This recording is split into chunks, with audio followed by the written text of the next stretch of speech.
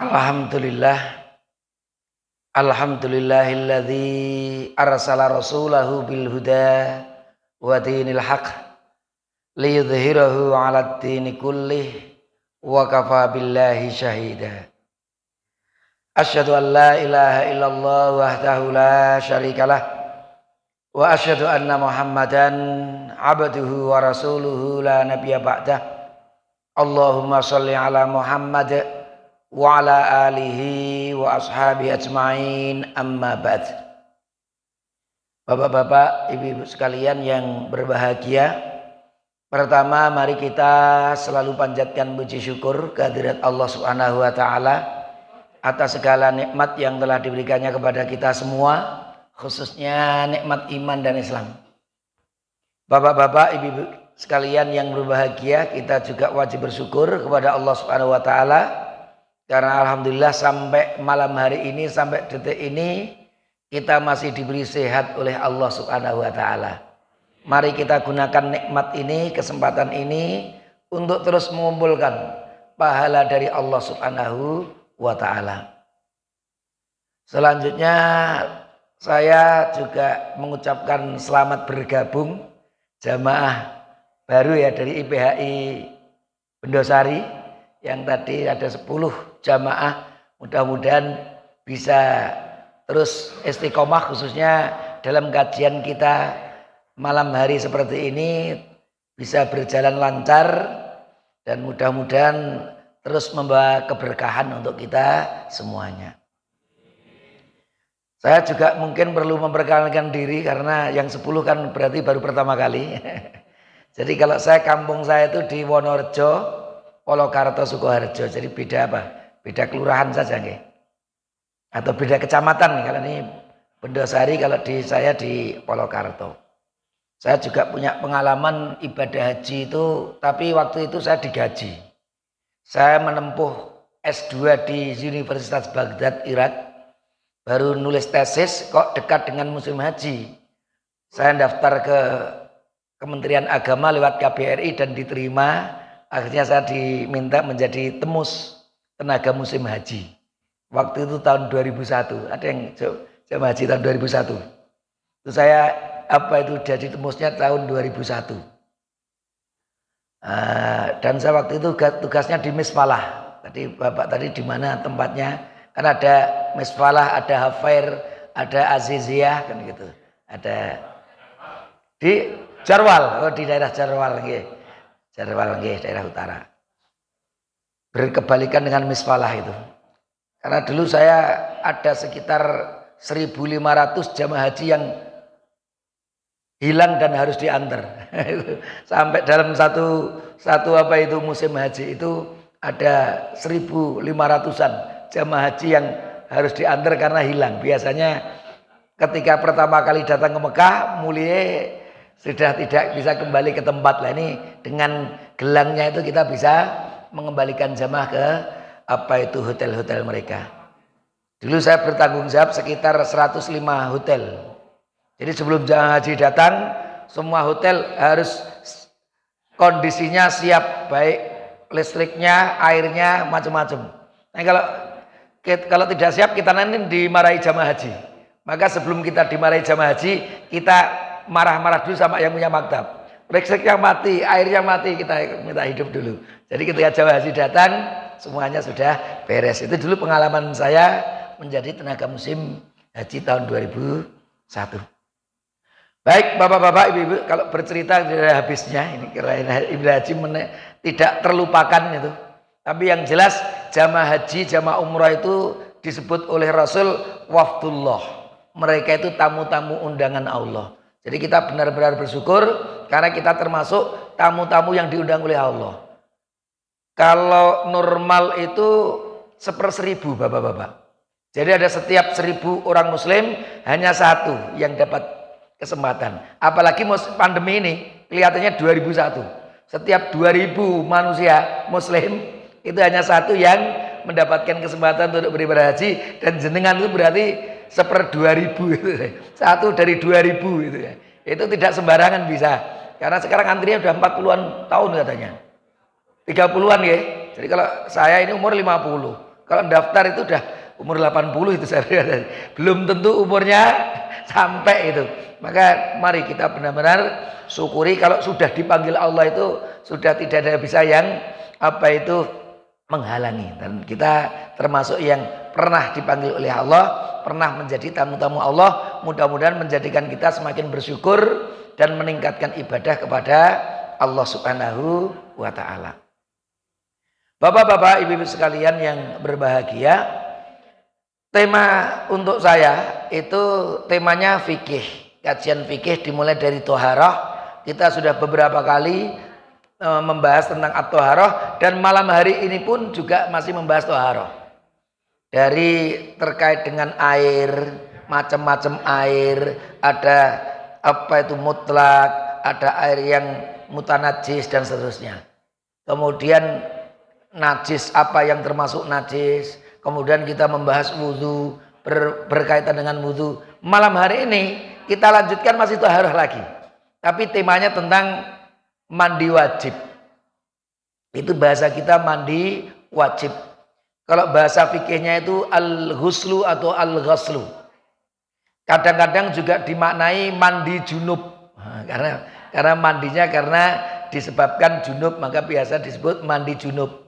Atau kita sebutan umumnya ya mandi wajib, karena mandi itu hukumnya wajib. Kalau dalam ilmu fikih itu disebut al-ghuslu, mandi.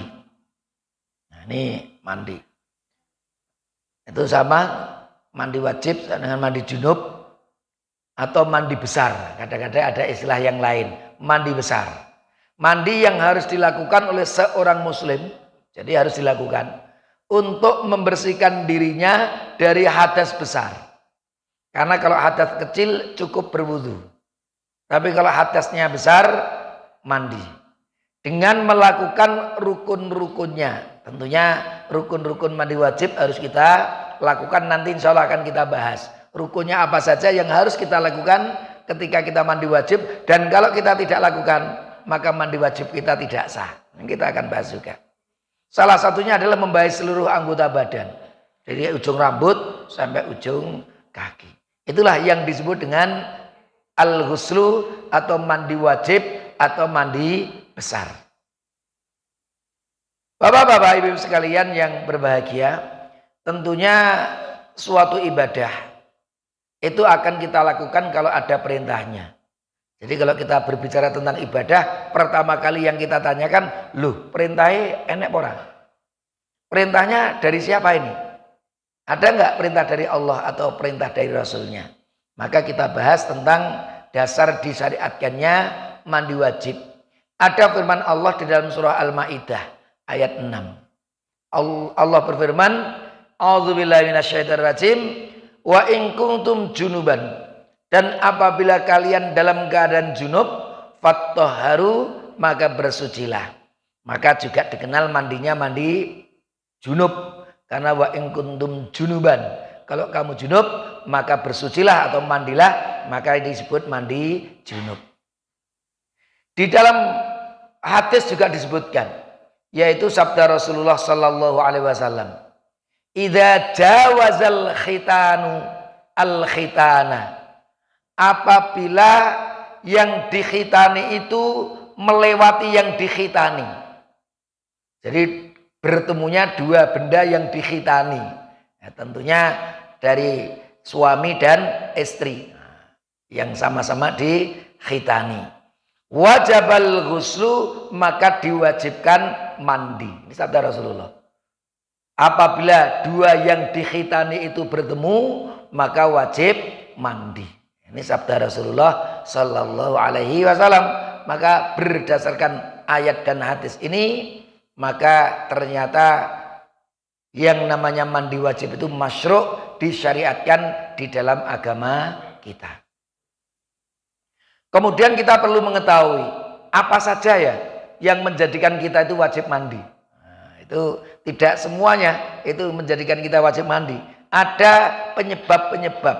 Ada beberapa hal yang menjadikan kita itu harus atau wajib mandi. Yang pertama, keluar air mani dengan syahwat tanpa adanya perbedaan di kalangan ulama. Ketika air mani keluar dengan syahwat. Dalilnya tadi sudah kita bacakan. Kalau kalian junub maka bersucilah, artinya mandilah. Ini perintah mandi. Al aslu fil amri lil wujub. Asal dari perintah menunjukkan wajib.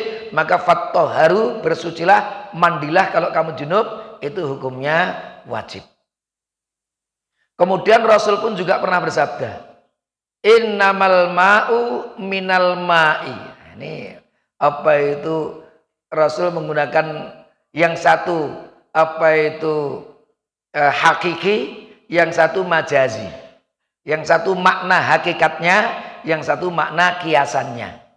Innamal ma'u, sesungguhnya air itu air yang kita gunakan untuk mandi itu maksudnya, air yang bersih itu.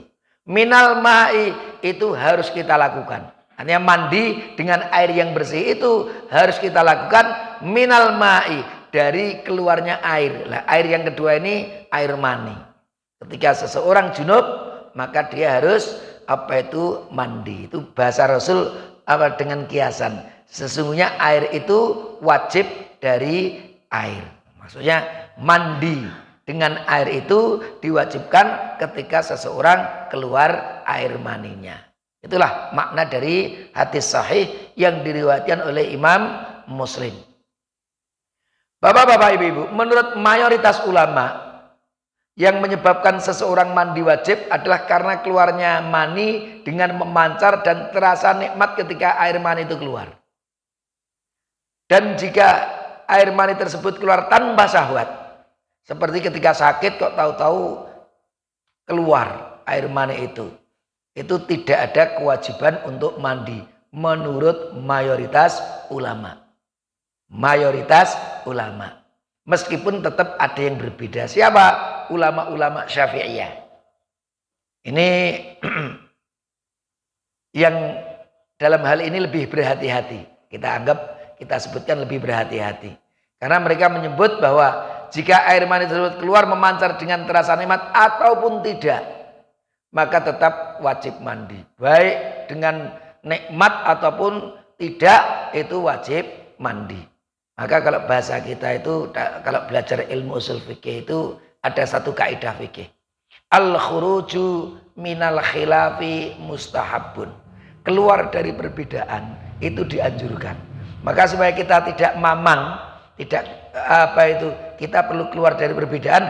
Yes, pokoknya nek kita junub itu nek iso ya mandi wajib, itu selesai. Apalagi sekarang mandi wajib itu gampang. Kalau kita kedinginan tinggal masak air, panaskan, campur dengan air yang dingin, insya Allah itu juga air yang itu sah. Itu kita lakukan. Dan di Arab itu kalau musim dingin ya semuanya seperti itu. Kalau musim panas itu, kalau di Arab, saya di Baghdad, 9 tahun di Baghdad.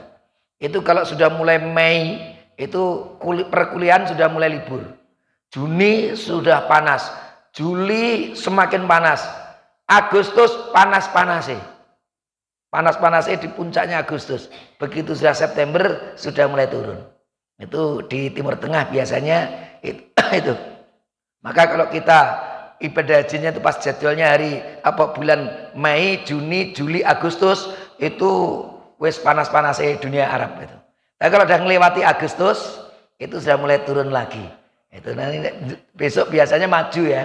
Kalau ini bulan Juli, paling besok awal Juli, biasanya setiap tahun maju sekitar belasan hari atau berapa hari itu. Itu majuannya. Itu terkait dengan musim di sana. Kemudian tadi yang pertama ketika keluar air mani. Yang kedua ini. Maaf. Bertemunya dua kemaluan. Walaupun tidak keluar air mani. Itu yang disebutkan tadi sebenarnya hadisnya. Apabila dua yang dikhitani itu bertemu, maksudnya dua kemaluan itu bertemu, suami istri berhubungan, maka wajib untuk mandi. Rasul bersabda, "Idza jalasa baina syu'abihal arba'." Apabila seseorang duduk di antara 4 anggota badan istrinya. Artinya ini kiasan yang diberikan oleh Rasul, apabila seorang suami menggauli istrinya, summa jahadaha, dan dia bersungguh-sungguh, faqad wajabal ghusl, maka mewajibkan mandi. Kemudian ada riwayat tambahan dari Muslim, ini hadisnya sahih, wa illam yangzil, meskipun tidak junub atau tidak keluar air mani. Itu berkaitan dengan yang kedua. Jadi kalau bertemu meskipun tidak keluar air mani. Di dalam hadis juga disebutkan ini ceritanya. Ada seorang sahabat yang bertanya. Ini ceritanya Aisyah. Waktu itu Aisyah berada di samping Rasulullah Shallallahu Alaihi Wasallam. Ada seorang sahabat yang bertanya tentang ar-rajul yujami'u ahlahu summa yuksilu. Ada seorang laki-laki, maksudnya seorang suami yang menggauli istrinya, namun yuksilu, tapi kemudian dia tidak sampai keluar air mani. Sebenarnya al-kaslan itu malas.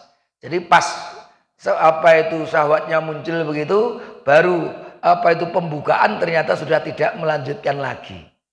Hal alaihimal ghuslu, apakah bagi keduanya itu masih wajib mandi? Wa Aisyatu jalisatun, waktu itu Aisyah duduk di samping Rasul. Jadi sahabat tadi bertanya tentang itu, Rasulullah berada di sampingnya Rasulullah. Inni la af'alu dzalika ana wa hadhihi. Saya sesungguhnya, kemudian saya sama Aisyah juga kadang-kadang melakukan seperti itu, kemudian kita mandi. Artinya Rasul ternyata juga mandi. Tapi ini dipahami oleh para ulama, meskipun tidak junub, tapi sudah ada pertemuan antara dua yang dikhitani atau dua kelamin itu tadi, kemaluan tadi. Sehingga kalau tidak sampai pertemuan kemaluan itu, maka tidak ada kewajiban untuk mandi. Jadi batasannya itu. Kalau sudah bertemu, itu berarti wajib mandi meskipun tidak sampai dukhul atau tidak sampai junub. Itu yang berkaitan dengan wajibnya seseorang mandi. Jadi baru ambung-ambungan kayak wes ya enggak. Tapi kalau sudah pertemuan dua kemaluan itu, maka mewajibkan mandi meskipun tidak ada junub atau tidak keluar air mani. Itulah yang kedua, mewajibkan mandi wajib. Yang ketiga, berhenti darah haid. Ini khusus bagi ibu-ibu atau para wanita, itu pun yang masih subur, yang belum menopause. Karena kalau menopause sudah tidak haid lagi. Itu menjadikan wajib mandi.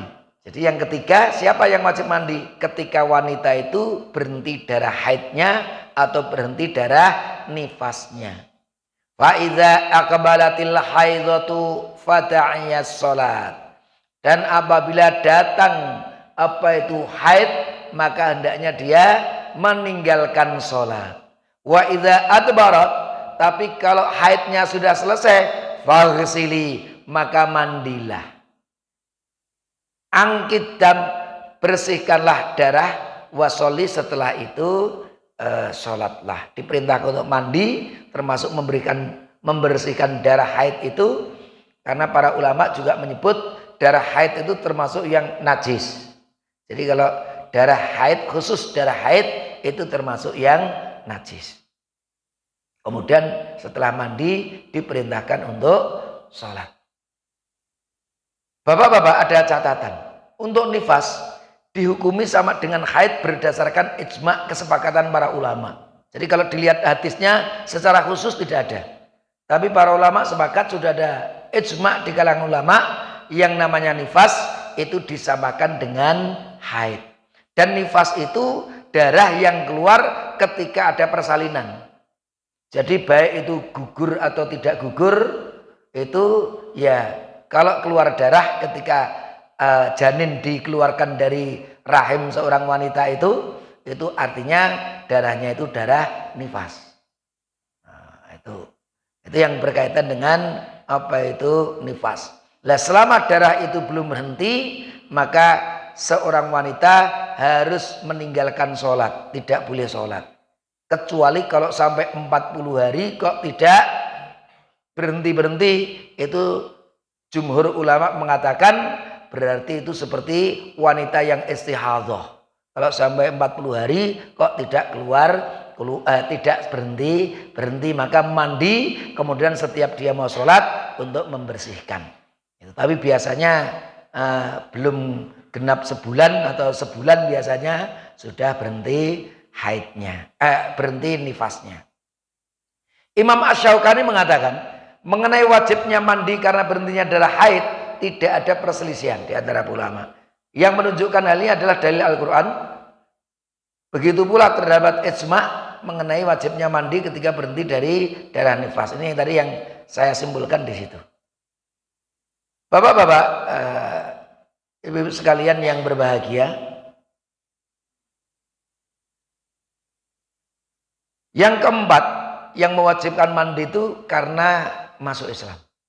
Jadi kada seseorang masuk Islam, maka dia punya kewajiban untuk mandi. Karena ada satu laki-laki waktu itu yang datang kepada Rasul, yang namanya Qais bin Asim. Kemudian ini radhiyallahu anhu, ini semoga Allah meridhoinya, itu karena ketika beliau bercerita itu sudah menjadi muslim.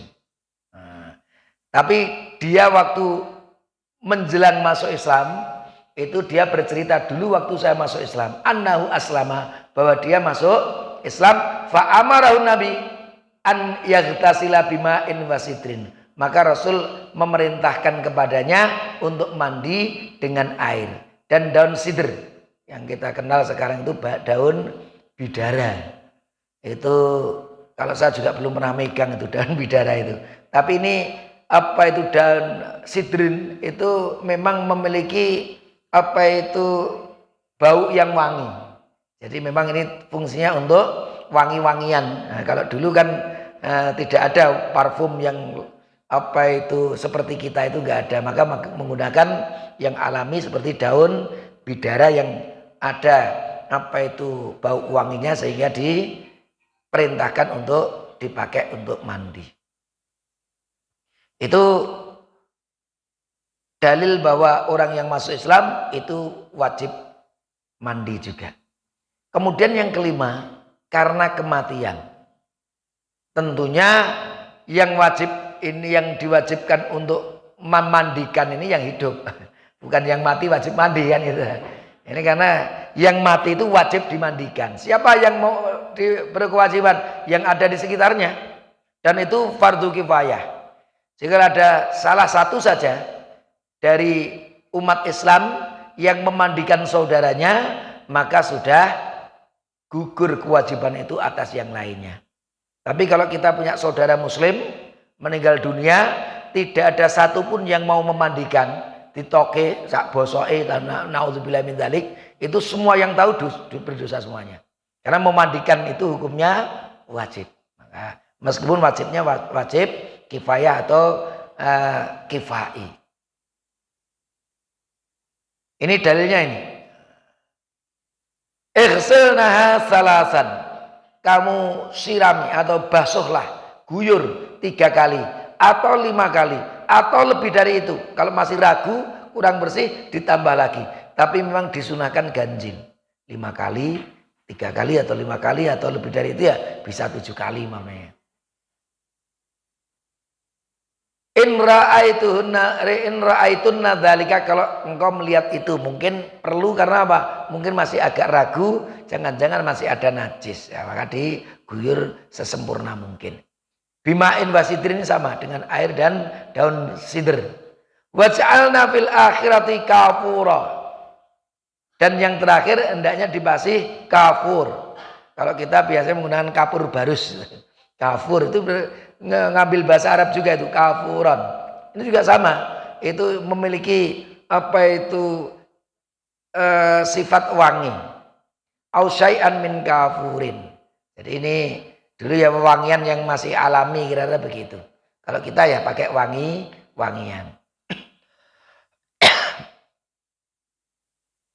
Yang wajib dimandikan di sini adalah setiap muslim yang mati, baik laki-laki atau wanita, bahkan anak kecil. Orang merdeka atau budak, kalau dia muslim tetap wajib juga dimandikan. Kecuali jika orang yang mati tersebut adalah orang yang gugur di medan laga, di jihad fisabilillah, peperangan, maka tidak perlu dimandikan. Karena memang bahkan disebutkan nanti darah-darah mereka itu akan menjadi saksi di hadapan Allah Subhanahu wa taala. Bahkan dalam satu hadis diriwayatkan kalau seorang yang syahid, benar-benar syahid, gugur di medan perang dan niatnya benar-benar untuk li'i'la'i kalimatillah, itu kalau dia nanti ketemu Allah Subhanahu wa taala, dia ingin kembali lagi ke dunia. Jadi dia ingin kembali ke dunia untuk apa? Untuk melakukan yang sama. Ingin berjuang lagi supaya syahid lagi, karena betapa tingginya keutamaan dari orang yang mati syahid. Itu riwayat yang sahih. Lalu bagaimana dengan bayi kalau keguguran? Apakah wajib dimandikan? Kan terkait dengan wajibnya memandikan yang mati. Bapak-bapak sekalian yang berbahagia, disebutkan bahwa bayi kalau keguguran sudah memiliki roh, maka dia dimandikan, dikafani dan disolati. Karena kalau sudah ditiupkan roh, itu berarti pernah hidup. Namun jika belum memiliki roh, maka tidak perlu dilakukan. Karena dia belum pernah menjadi makhluk hidup. Nah, itu ukurannya adalah kalau sudah ditiupkan roh, maka lakukan seperti kita melakukan dengan saudara kita yang sudah dewasa. Kapan waktu ditiupkan roh itu? Kita bisa melihat dari hadis yang sahih ini. Hadisnya diriwayatkan oleh Imam Bukhari dan Muslim. Bapak-bapak, ibu-ibu. Inna ahadakum yujma'u khalquhu fi batni ummihi arba'ina yauman nutfatan. Sesungguhnya salah satu dari kalian nanti dikumpulkan penciptaannya itu di perut ibunya. Selama berapa? 40 hari itu dalam keadaan nutfah, masih berupa air mani. Ini kalau sudah bertemu dengan ovum kira-kira begitu, itu selama 40 hari. Air mani itu. Summa yakunu alaqatan misla dzalika. Kemudian 40 hari yang kedua itu sudah berubah menjadi alaqah. Alaqah itu diartikan segumpal darah. Tapi alaqah ini kalau kita cari di dalam kamus, alaqatu itu sesuatu yang menggantung artinya. Maka mu'allaqun itu yang tergantung. Jadi al-alaqah itu sesuatu yang tergantung. Dan ternyata memang benar. Diartikan dengan segumpal darah, tapi segumpal darah itu menggantung. Di mana? Di rahim seorang ibu. Nah, itu posisinya darah itu darah yang menggantung, maka disebut al-alaqah. Ini segumpal darah, tapi sebenarnya darah itu menggantung di rahim seorang ibu, maka disebut al-alaqah. Maka terjemahan Al-Quran biasanya menjadi segumpal darah. Nah, kalau kita artikan dari sisi bahasa, al-alaqah itu sesuatu yang menggantung. Nah, segumpal darah itu menggantung di rahim seorang ibu. Summa yakunu mudghatan mithla dzalika, kemudian menjadi daging 40 hari juga.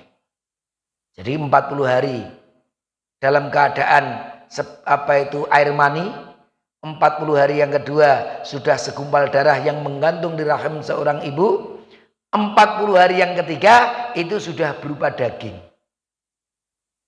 Summa yursalu ilaihil malaku, kemudian diutuslah kepadanya malaikat fayangfahu fihi ruh, maka ditiupkanlah oleh malaikat itu rohnya, baru dikasih roh. 40 hari, 40 hari, 40 hari ping telu, berarti 120. 120 itu kalau dihitung bulan itu 4 bulan. Dari situlah kemudian difahami bahwa janin itu akan ditiupkan roh itu ketika sudah berumur 4 bulan.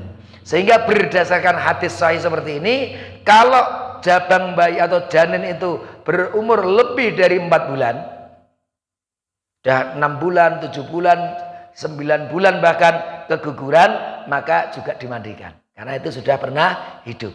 Tapi kalau baru 2 bulan, 3 bulan, itu masih segumpal darah gitu ya, itu ya tidak perlu dimandikan karena memang belum pernah menjadi makhluk manusia yang pernah hidup itu tadi. Itulah kajian para ulama terkait dengan wajib mandi. Jadi yang meninggal itu wajib dimandikan. Itulah kurang lebih yang bisa kita sampaikan terkait dengan apa saja yang menyebabkan kita mandi. Nanti kita akan lanjutkan yang disunahkan untuk mandi. Monggo kalau ada yang ingin didiskusikan terkait dengan mandi wajib dan apa-apa yang menyebabkan mandi wajib. Kalau dari keterangan saya tadi agak ruwet atau mungkin kurang paham atau kurang jelas, boleh ditanyakan untuk kejelasan. Baik, berkaitan dengan nama. Memang nanti ada hadis yang menunjukkan ketika orang tua itu mendapatkan rezeki dari Allah, yaitu berupa seorang putra, itu nanti kalau sudah hari ke-7 diakikoi dan diberi nama. Itu kesannya kan memberi nama itu pada hari yang ke-7. Maka kalau kita sudah siap-siap memberi nama, nanti pada hari ke-7 kita sampaikan kepada masyarakat, saudara-saudara kita, nama bayi saya itu di hari yang ke-7. Tapi hadis ini juga tidak memberikan batasan. Nek belum hari ke-7 enggak boleh kamu kasih nama, juga tidak. Cuman Rasul membiasakan kalau kamu nanti dikaruniai oleh Allah seorang bayi, maka nanti akikoilah pada hari yang ke-7 dan berilah nama di hari itu. Itu kan mumpung pada ngumpul kira itu, atau pas kita akikoh kan itu waktu bersyukur kita, lah kita sampaikan nama dari bayi itu. Tapi itu juga bukan batasan. Nek kurang dari itu enggak boleh. Saya melihat ini lebih kepada muamalah, masalah pemberian nama itu. Bahkan mengatakan apatah arti sebuah nama. Nama itu jane gue bedake. Nah, ini namanya Salahuddin itu nek dipanggil Ahmad, itu ya ramengo saya. Karena apa? Namaku bukan Ahmad ya, untuk sekedar untuk menjadi pembeda satu dengan yang lain. Tapi nama itu juga sebenarnya ada doa di sana. Maka kalau kita niatkan kita beri nama yang terbaik seperti Muhammad kan gitu, Abdullah kan itu yang hamba Allah, hambanya Abdurrahman Ar-Rahman, itu boleh saja. Jadi kalau ada yang umpamanya belum sempat lahir dalam keadaan selamat, gugur, kemudian dia memberi nama di kuburan anaknya, itu sesuatu yang tidak dilarang. Sesuatu yang tidak dilarang. Jadi kalau tidak dilarang itu ya boleh prinsipnya, nggak ada masalah. Untuk membedakan lah, mungkin kuburan ini Ahmad, putra saya yang gugur, ya untuk menunjukkan itu saja. Boleh. Kata nggih? Berarti juga diakikoi. Mboten. Diakikoi itu kalau hidup sampai hari ke-7. Sampai hidup hari ke-7 itu perintahnya akikoh. Karena akikoh itu pada hari yang ke-7. Jadi kalau baru 1 hari 2 hari kemudian meninggal, tidak diakikoi, nggak ada masalah. Tapi kalau sampai hidup sampai hari ke-7 barulah datang perintah, maka akikoilah dan berilah nama. Jadi nggak perlu diakikoi. Dan akikah itu sebenarnya rasa syukur. Tapi kalau seseorang keguguran biasanya juga bersedih. Jadi posisinya bukan bersyukur waktu itu, karena bersedih karena saudaranya dalam keadaan putranya ternyata langsung dipanggil oleh Allah. Jadi memang ya kesannya ya tidak perlu akikah. Karena akikah itu rasa syukur, alhamdulillah aku di mana hari ke-7 diperintahkan untuk nyembelih, tanda syukur kita kepada Allah. Kalau ditinggal mati, nah, hari pertama, kedua, ketiga itu yang terjadi kesedihan, maka ya tentunya tidak ada syariat untuk akikah itu. Ngerti nggih? Nama itu sebenarnya doa. Nama itu juga doa. Kalau kita memberi nama yang terbaik, maka Rasulullah itu memang ada riwayat yang diperdebatkan oleh para ulama terkait dengan hadisnya. Rasul bersabda, khairul asma'i ma hummida wa ubbida. Sebaik-baik nama itu hummida, ada kata Muhammad, Ahmad, Mahmud, itu humida. Wa ubida, Abdullah, Abdurrahman, Abdurrazzaq, hambanya Allah yang Maha Rahman, yang Maha Razzaq, kan gitu. Itu sebaik-baik. Maka apa itu, ada lagi Rasul melarang orang memberikan nama yang jelek-jelek.